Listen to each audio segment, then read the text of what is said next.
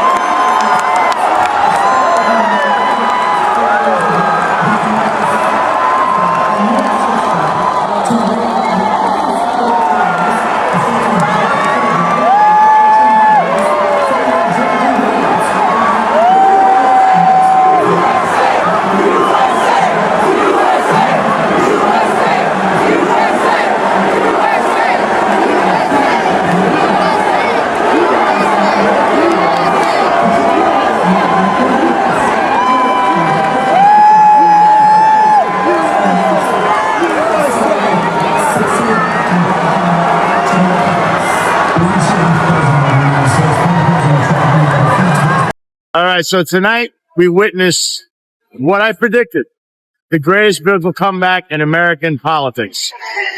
President Trump returns to the White House, and now attention will now go to New York City, where we have one indicted New York City mayor with superseding indictments incoming.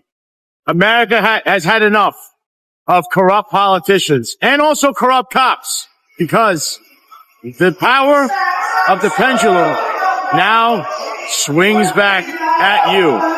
For all the political enemies and haters of mine, what can I say? Tonight was a glorious night and a new beginning. And with that, we say good night and adieu, and thank God and God bless, and thank God President Trump is once again going to be President of the United States. God bless everyone.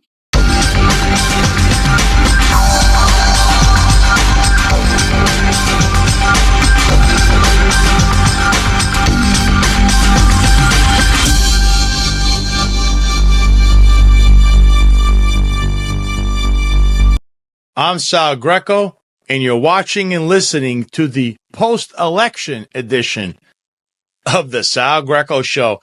And my, oh my, has the world returned to some normalcy here after this election result? Well, as you know, I make no bones about it.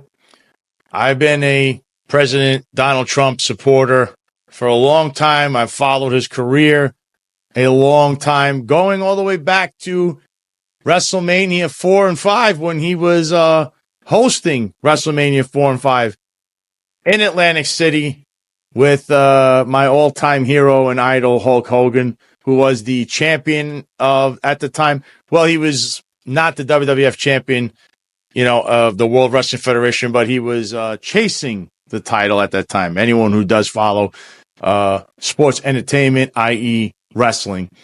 And that's where I came to learn about Donald Trump, even though my own family had some, we'll say, business dealings with his family as far as construction and excavation goes. But I never personally knew him back in the 80s or 90s. I never met him, but I did follow his career.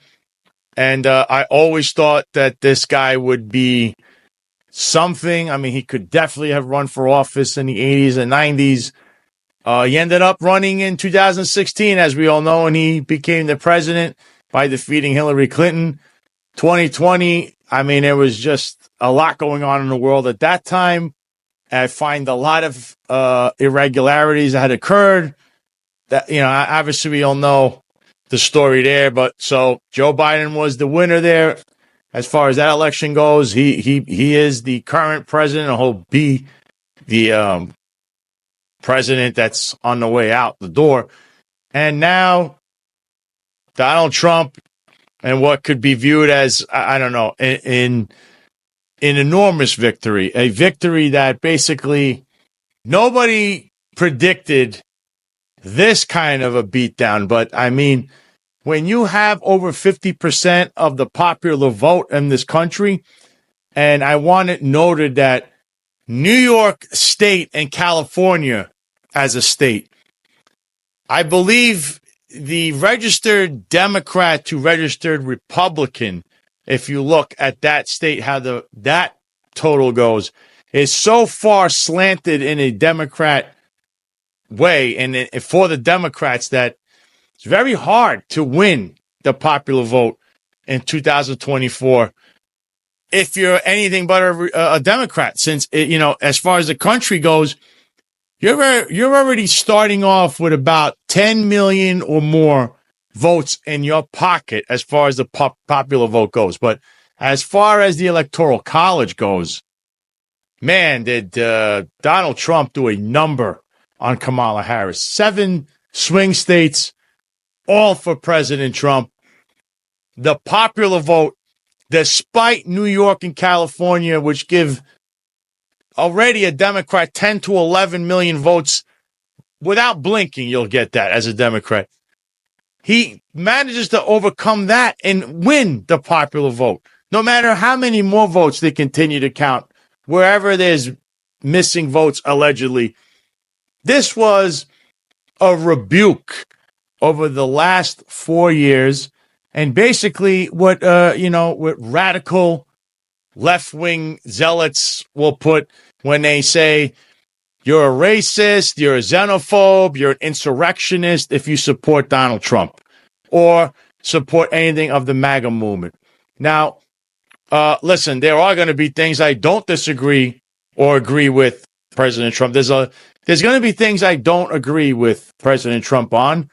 I'm not a total sycophant, but I'm still loyal to the cause, and I'll always back him in regards to if there are any issues or any policy issues going forward against any kind of liberal ideology, because the Democrat way of going with this is some of the stuff that they were saying is asinine. And you saw that at the polls. And another thing is lawfare. They tried to, I guess, impeach this man. They put him through numerous witch hunts. They put him through criminal trials. They put him through civil trials. So you're abusing your positions of power in order to crush your opponent. That is not what this country was built on. This was not what the intended purpose of the justice system was when it was created. And the people completely rebuked all of this and agreed with President Trump that this has to stop. Along with inflation, along with the fact that people cannot buy bread or, afford their rent, their mortgages, their car insurance. I mean, it's just, the list could go on. And illegal immigration, which is out of control because the borders were left wide open after January 20th, 2021, when President Trump left office. So I wasn't too surprised on this. I was just surprised over the popular vote. But this was an absolute drumming of his opponent. And it's nice to see that many in this country have united and have agreed upon one goal. That's to bring the status of this country back to where it belongs. We were laughed at by the world for the last 4 years, and right away you saw the headlines of, Ukraine and Russia want to put an end to the war. Russia's looking to talk to America. There was a very good optimistic view over this other war and this other conflict with Israel and Hamas. So you're starting to see things kind of return to the way they were 4 years ago. We had peace and prosperity, in my opinion, and the opinion of the majority of America.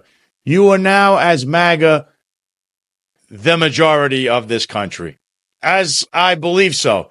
I mean, the opinions of The View and all these other crazy left-wing zealot shows that don't even represent the Democrat Party in itself at this point. That was never the majority. That was a small minority that has a let's say they have a say through media, through money, through power to try to project themselves as the majority when really the common man and woman, they're the majority in this country. So with that being said, I'm going to have my cafecito here from Cal Bakery, which, by the way, will have a grand opening in Tampa for the location that I mentioned in the prior shows, 17519 Bruce B. Downs Boulevard in Tampa. That's number 16 for Cal Bakery. So here's to the grand opening, and here's to President-elect Donald Trump.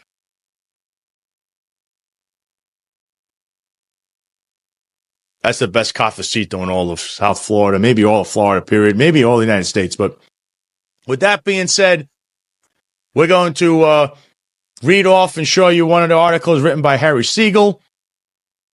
I think he beautifully put this in a nice article that will make a lot of sense to many people. So let's start off with that one. Here's an article by Harry Siegel in the Daily News, the opinion side of the Daily News. New York City Democrats had no reason to show up to vote. New York City didn't get much redder on Tuesday, but it did get a lot less blue. Kamala Harris won 573,618 fewer votes than Joe Biden had 4 years earlier, while Donald Trump won 94,611 more than he had against Biden. That pencils out to 6 lost Democratic votes for every 1 new Republican vote, as my colleague Heidi Chu noted in an analysis of the election results at the city. Harris won 1,748,140 votes in a city with 3,114,785 active registered Democrats, meaning roughly 4 out of every 9 didn't show up for her, according to the preliminary count. Trump, on the other hand, won 786,294 votes in a city with 513,996 active registered Republicans. He broke 30% in the best showing by a Republican and the worst by a Democrat since 1988. That year, George H.W. Bush came just 4 points away from winning New York State while crushing Democrat Mike Dukakis nationally. New York was close enough that Dukakis had to spend one of the campaign's closing days rallying voters in Queens to fend off the humiliating prospect of Democrats losing the Empire State. But where Democrats held control of the Senate and picked up a couple of House seats in 1988, Republicans ran the table this year. While New Yorkers shave at half our city compared to anywhere else, the local results fit the national pattern as Trump basically matched his 74 million votes from 2020, while Harris's 70 million was way down from Biden's 81 million. In New Jersey, where Democrats have a bigger voter registration advantage and full control of the state government, Trump fell just 5 points short after losing by 16 in 2020. He didn't add voters, but far fewer Democrats turned out for their party's mid-race replacement candidate, whose closing message boiled down to, quote, "I'm not him and he's not okay," end quote. They and you, but I'm not surprised that wasn't a winning national appeal, and that many Americans, well aware of Trump's flaws, nonetheless judged him to be the lesser of two evils or simply stayed home. To put down the shovel and climb out of this hole, Democrats can start by remembering they'll always need to justify themselves in ways Republicans do not. Cutting taxes sells itself. Spending more and a bigger government demands justification. Appealing to winners and people who aspire to win sells itself.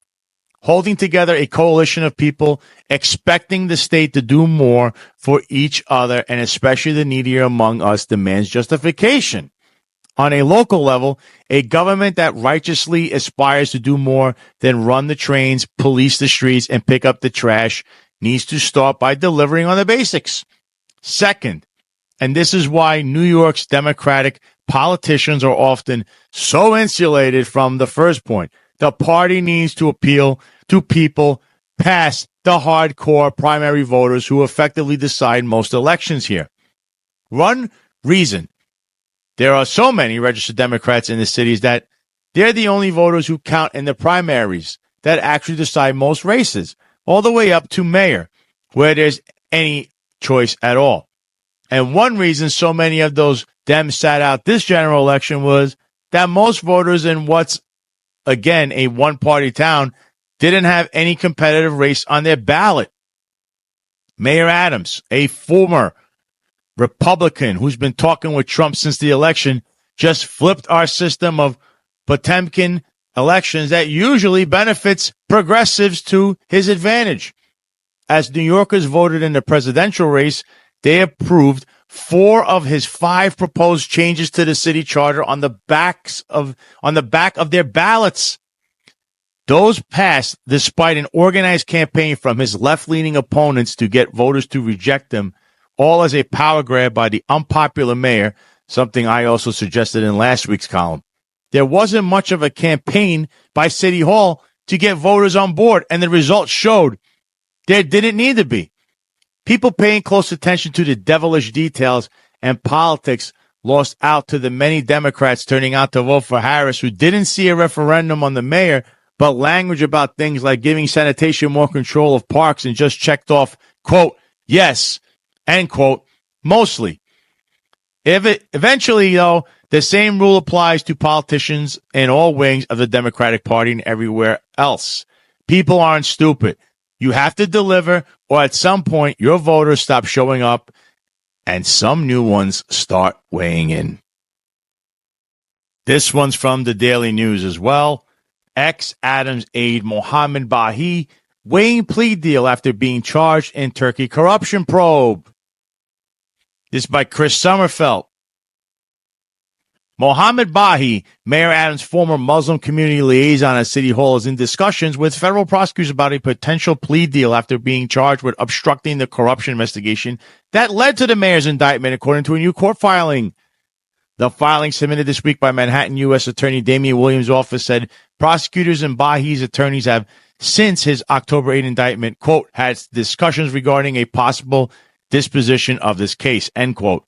The feds wrote, the plea talks remain ongoing and requested all filing deadlines be frozen until at least December 9th, quote, to continue the foregoing discussions and reach a disposition of this matter, end quote. It wasn't clear from the court papers whether any plea would require Bahi to cooperate in a corruption investigation that resulted in Adams' indictment. A spokesman for Williams declined to comment Friday. Bahi's lawyer, Derek Adams, didn't return a request for comment. The mayor has pleaded not guilty to charges of bribery, fraud, conspiracy, and soliciting illegal campaign contributions.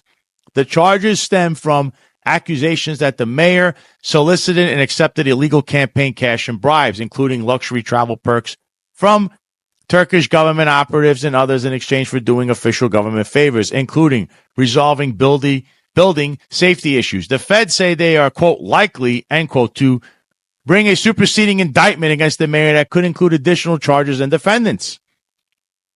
To date, Bahi is the only other person to be charged in the Turkey-related probe. Bahi, who also worked for Adams' 2021 campaign, resigned from his City Hall job the day before the feds unsealed charges against him. According to his indictment, Bahi helped an unidentified New York businessman illegally pump $10,000 into Adams' 2021 campaign by giving most of the cash in the names of employees of his construction firm.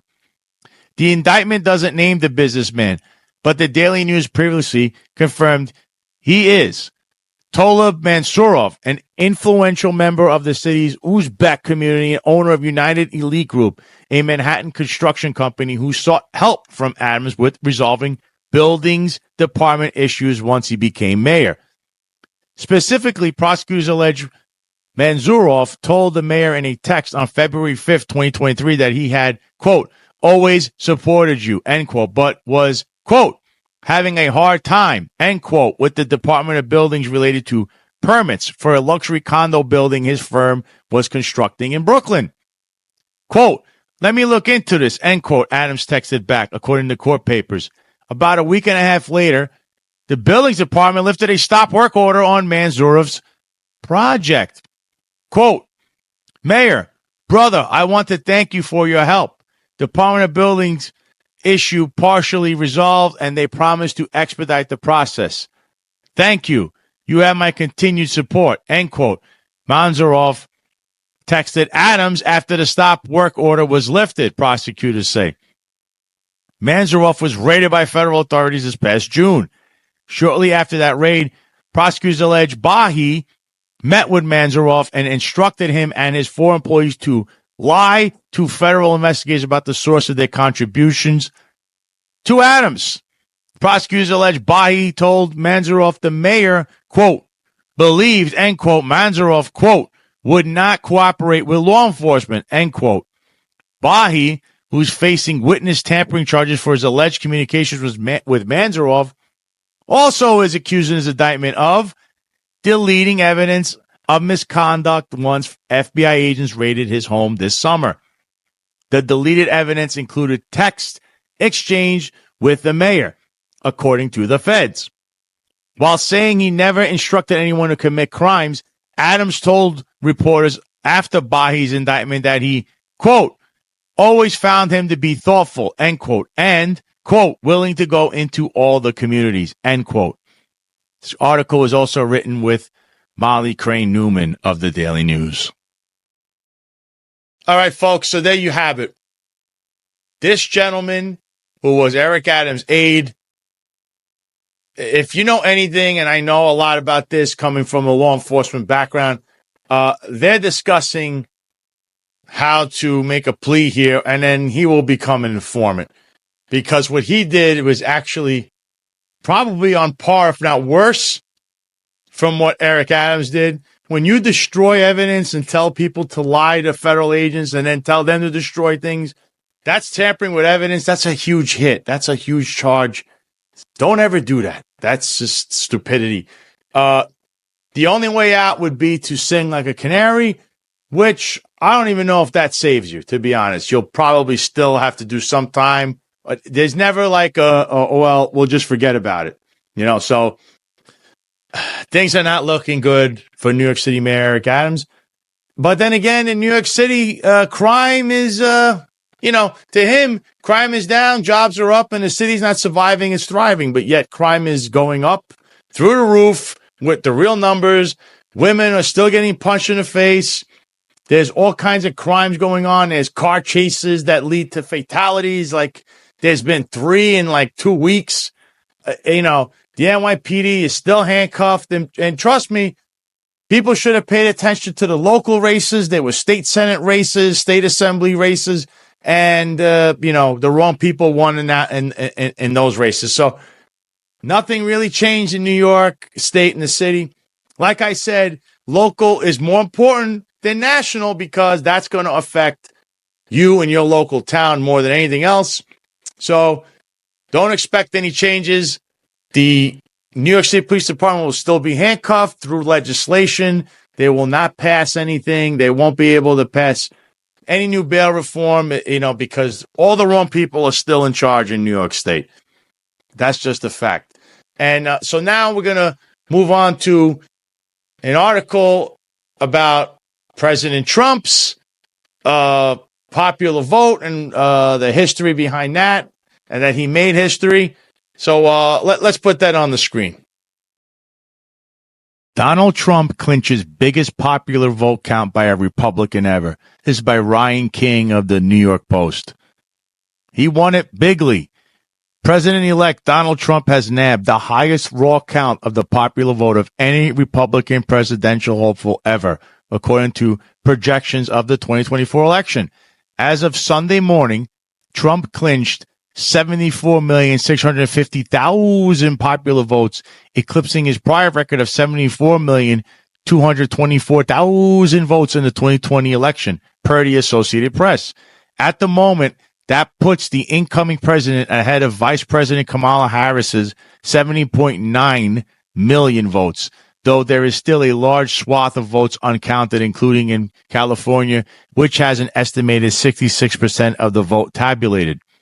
Other states, including Arizona, Alaska, Maryland, Oregon, and Utah, still have outstanding votes.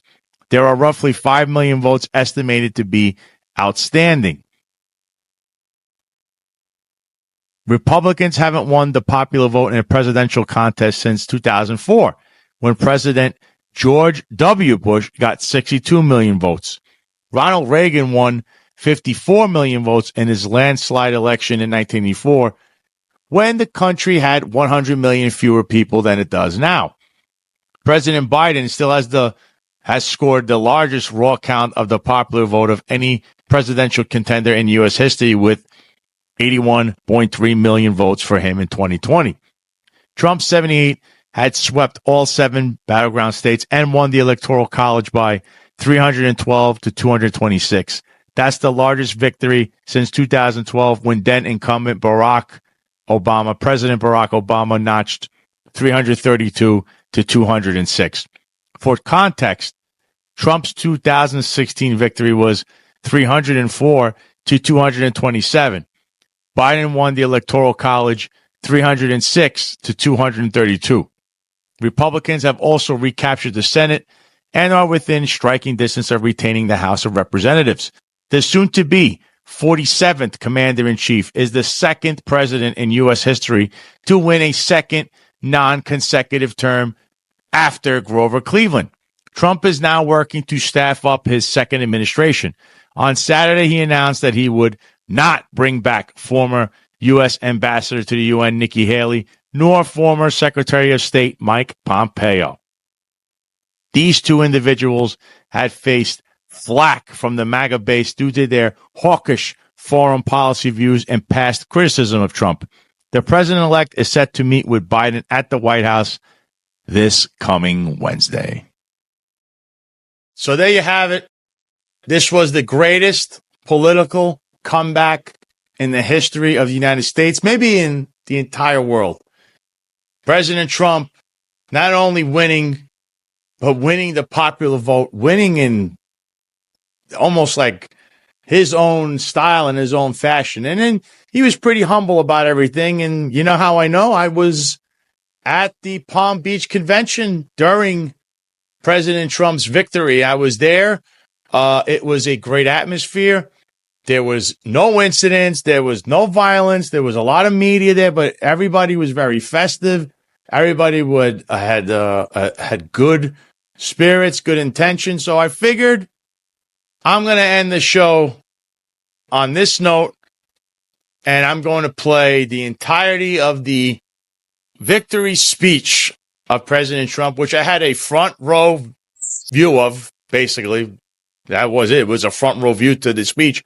So I'll play that for all of you.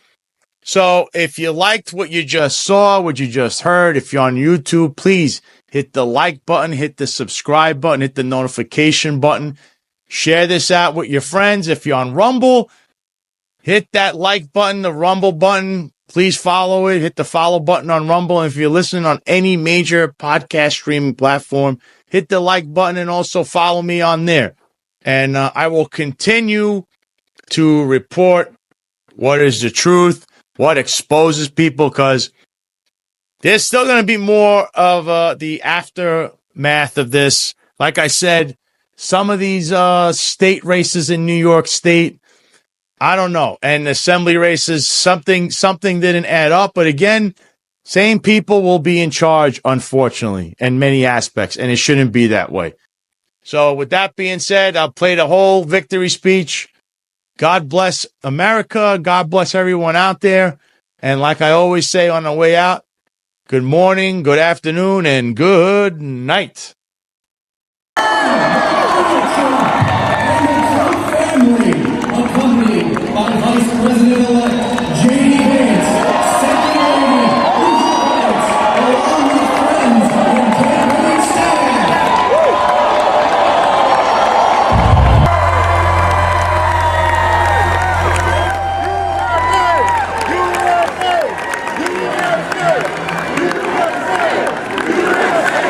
USA!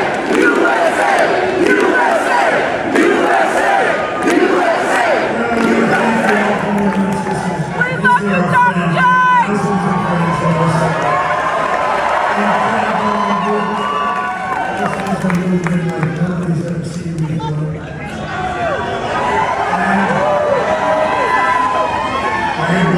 I believe in the greatest political movement of all time has ever been.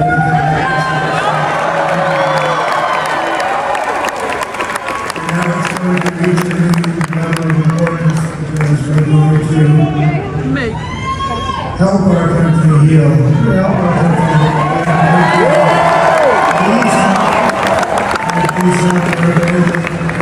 We're going to fix our borders, we're going to fix everything about it. We made history for a reason tonight, and the reason is going to use us today. We overcame obstacles that nobody thought possible, and it is now clear that we have achieved the most incredible political thing. Look what happened.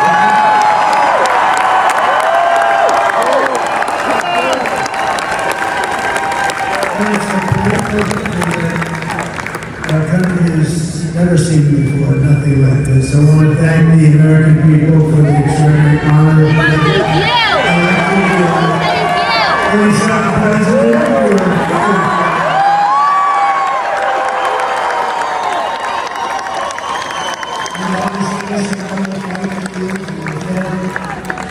Every future, every single day I will be fighting for you in every breath of my body. I will not rest until we have delivered the strong, safe, and prosperous America that our children deserve and that they deserve. This will truly be the golden age of America.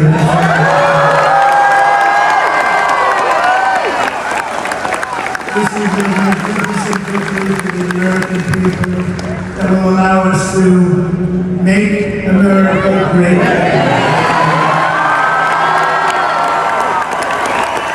I mean, this is going to be one of the battleground states of North Carolina and Georgia, Pennsylvania, and Wisconsin. We are now winning in Michigan, Arizona, Nevada, and Alaska, resulting in us carrying at least 350 black robots.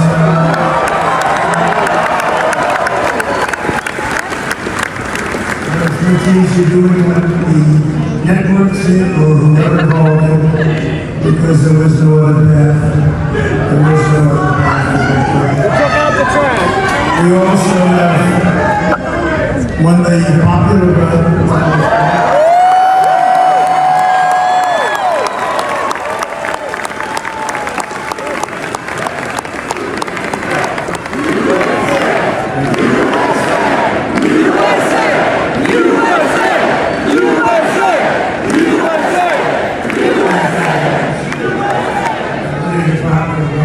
very nice.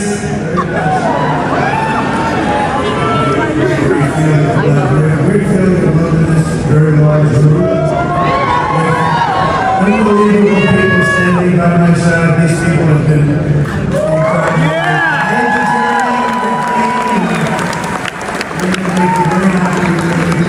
Dana, you're a beast! I love you, Dana! Some days, one of the three important moments of my life when I voted for this group of people. This group of people. We love you! America has given us an unprecedented and powerful mandate. We have taken back control of the Senate while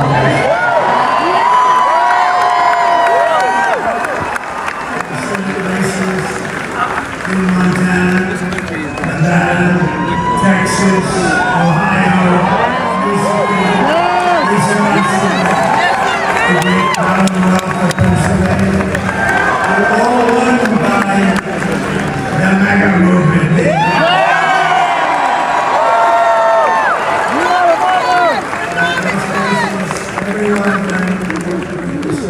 The garbage cans. Number of victories in the Senate. Come on, you fired! We did terrorize, so these were Sometimes we get 2 or 3. Fire, gobble up. Good. So I just wanted to thank you very much for having me. You have some great senators and some great new senators.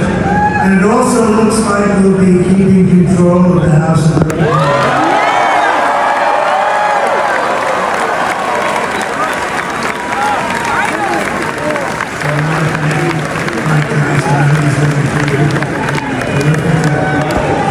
I want to also thank my beautiful wife, Melania, for staying.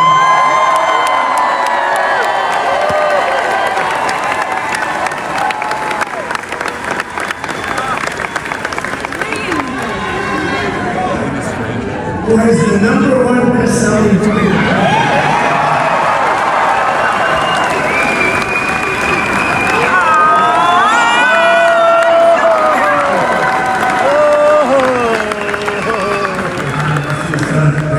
It's very hard. It's very hard to help people. So I just want to thank you. But I want to thank my whole family, my amazing children. They are amazing children.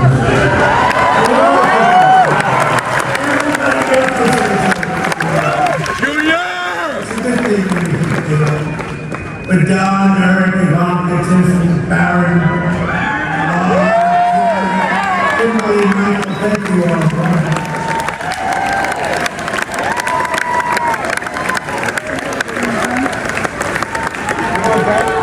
My father, Victor, is tremendous, and we miss very much Melania's mother, Amalia. We miss her mother. I'm very happy that she's staying in this city. She'll be so proud. She was a great woman. Beautiful inside and out. She was a great woman. I want to be first to congratulate our great, now I can say, Vice President.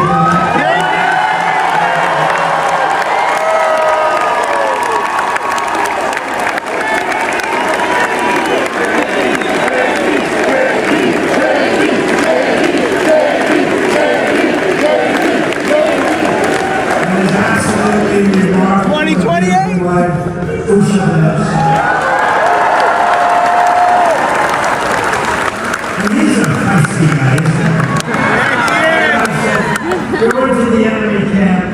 Ohio. Certain networks. A lot of people don't like this. I have to do that. It's okay.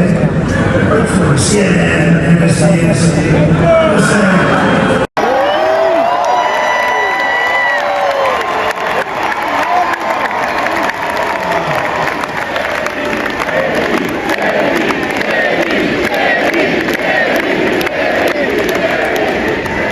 Well, Mr. President, I appreciate you allowing me to join you on this incredible journey. Thank you for the trust that you placed in me. And I think that we just witnessed the greatest political comeback in the history.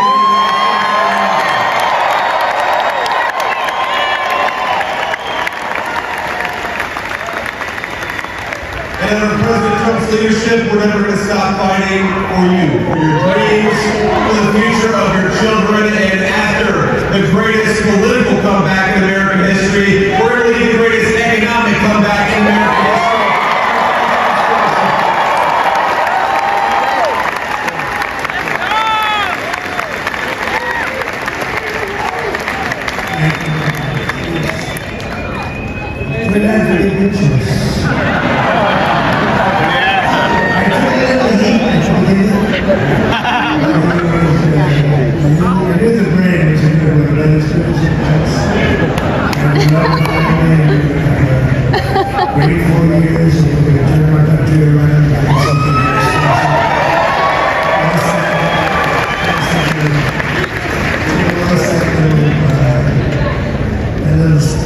Special we have to make this. We're going to make this so great. It's the greatest country and potentially the greatest country in the world by far. And right now we're going to get all of that back. We're making the best that's ever been. We can do that. We just, if we had to wait longer, I don't know. It's going bad. We love you. We have to see out those borders and we're going to have to let people come back.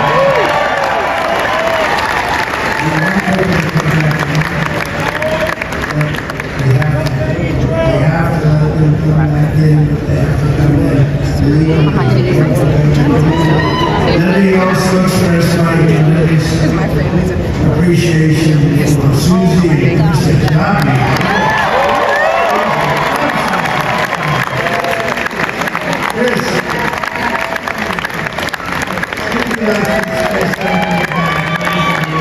Yes.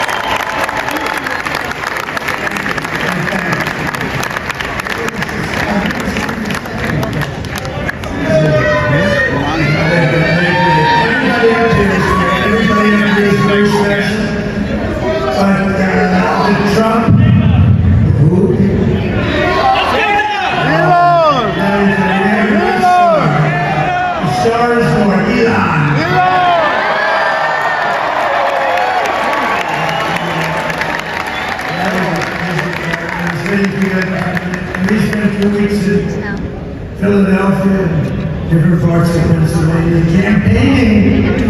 You know, he said the rocket up 2 weeks ago. I saw that rocket, and I saw it coming down. I saw it was coming up with beautiful, shiny white, and kicking down. It didn't look so pretty. It was going 10,000 miles an hour. It was burning like hell. I said, what happened to the people? He said, we put it in the paper. People stand there trying to beat. And but I saw it go down and turn around. And it was just like 22 stories still, by the way. It looks a little smaller than that last day. And it came down and down, and you saw that fire burning. And I said, only Eli can do this. And I told a story. I told it last night. I had a man on the phone, had the screen muted, no sound. And I told him, a very important man happens to be here. And a very important guy, one of the most important people in, I would say, the country, actually. But, you know, I was president, and now it looks like I was going to be being president again, so people have to rest out. So I just want to know, because especially because you're going to be president again, so I took the phone down and I look at the street and see this crazy thing that's going around, coming down, it looks like it's going to crash into the gantry. And I said, oh no, and I said, you want to hold me for a couple hours? I thought it was a space-age movie or something. I put the phone down, and I didn't pick it up for 45 minutes and it was over. But this spaceship came down and I saw those engines firing and it looked like it was over, it was going to smash in. I saw the fire pour out from the left side and it put it straight. And it came down so gently and then it wrapped those arms around it. And it held that man. Just like you hold your baby tonight.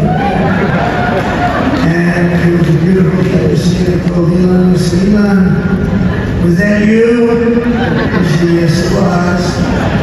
I said, who else can do that? Can Russia do it? No. Can China do it? No.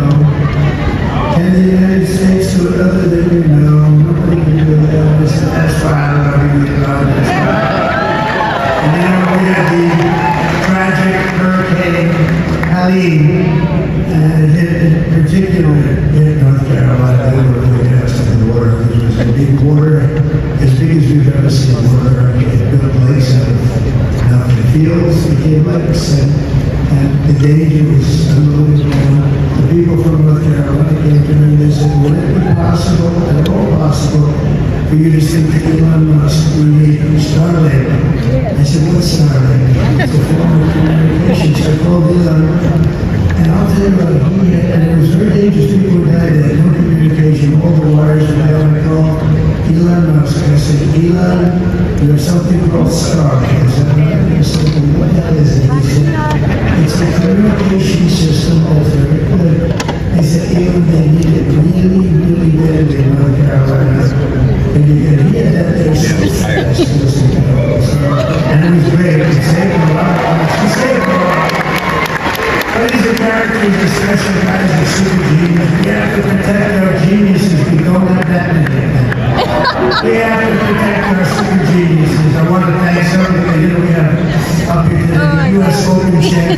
fantastic. I was slightly longer than me at the ball. We were longer than me.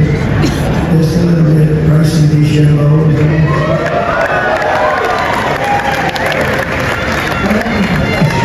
Where is he? Bryson.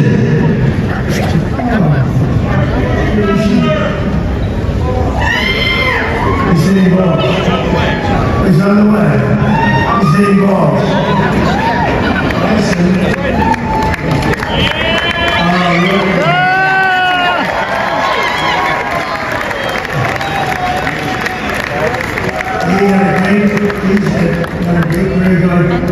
Great U.S. Open. That's a fantastic job. And we also have a Dana White who is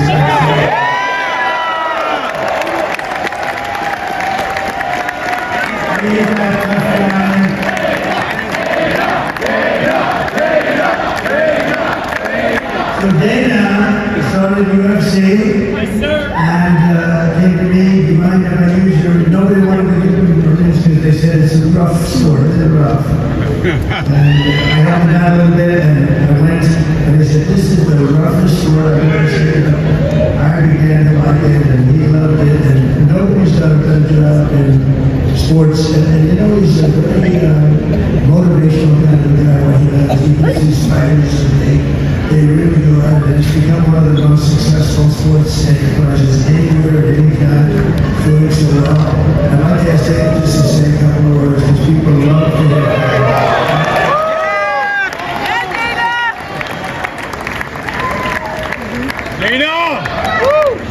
Nobody deserves this more than him. Nobody deserves this more than his family does. This is what happens when the machine comes after you. What you've seen over the last several years, this is what it looks like. Couldn't stop him. He keeps going forward. He doesn't quit. He's the most resilient, hard-working man I've ever met in my life. His family are incredible people. This is trauma, ladies and gentlemen. He deserves this.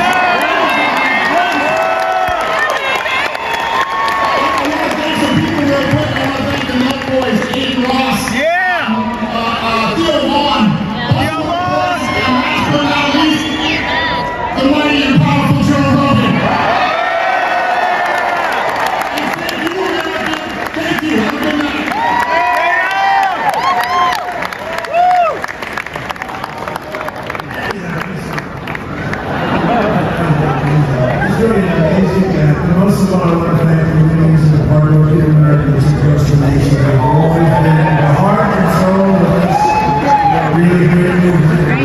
We've been through so much together, and today we showed up in record numbers to deliver a victory like we have. This is something special. We're going to pay you back. We're going to do the best job. We're going to turn it around. It's got to be turned around. We're going to turn it around in so many ways. This will forever be remembered as the day the American people regained control.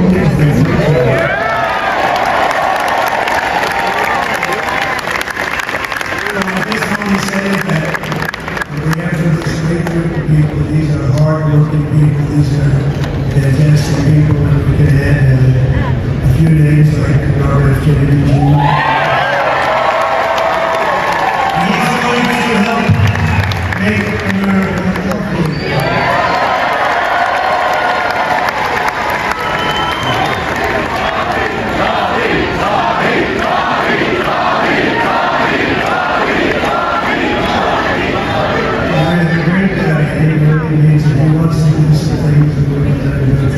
I just said leave the oil to me. We are going to go over the gas. We're going to go over the We're going to Russia. Bobby, stay away from the liquid gold. Other than that, go on and get done, Bobby.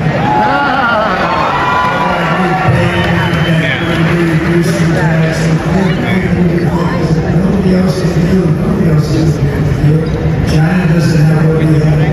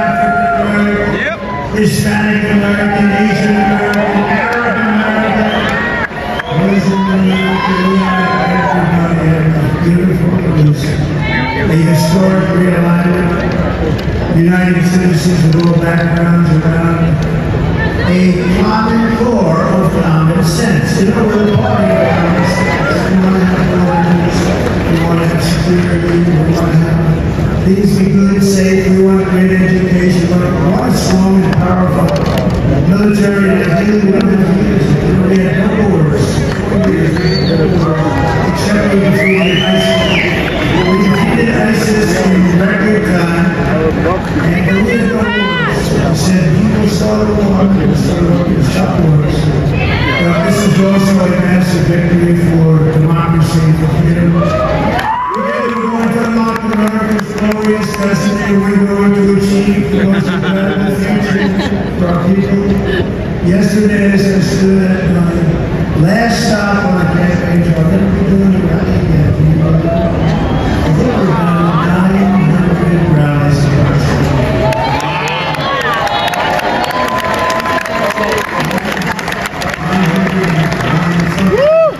A lot of rallies. It was sad. Everybody was sad. But now we're going to do something that's far more important. Because rallies for me was for us to be put in this position where we can really help our country. That's what we're going to do. We're going to make our country better as been. I said that many people have told me that God spared my life for a reason.